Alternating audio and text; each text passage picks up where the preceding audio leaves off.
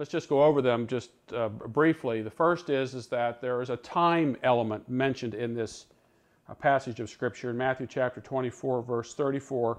Truly I say to you, this generation shall not pass away until all these things take place. And as we've seen so far, every time this generation is used in the New Testament, it always refers to the generation to whom Jesus is speaking. It does not refer to a future generation. Also, we saw that there is a particular audience in mind here. And if you notice, as you read through Matthew chapter 24, Jesus continually says, when you see.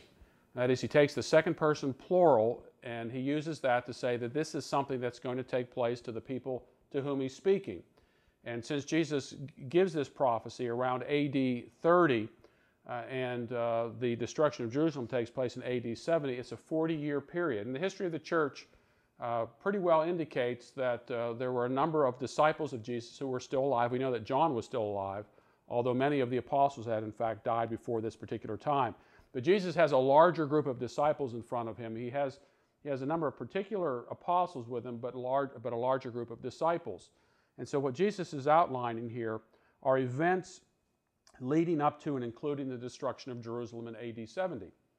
Now, generally what happens when you read this particular passage, you come across particular historical events of what people say are the sign texts that seem to indicate, well, these things just couldn't have happened. They're too apocalyptic. And there's wars and famines and false Christs. Verse 14, the gospel of the kingdom shall be preached in the whole world. People say, well, that certainly hasn't happened yet. The abomination of desolation, certainly that hasn't happened yet. Verse 29, the sun will be dark and the moon will not give its light, and the stars will fall from the sky. Certainly that hasn't happened yet. A great trumpet and all these kinds of things. And people look at this and say, there is no way that you can maintain that Matthew 24 refers to the generation to whom Jesus was speaking, because these events just could not have taken place yet.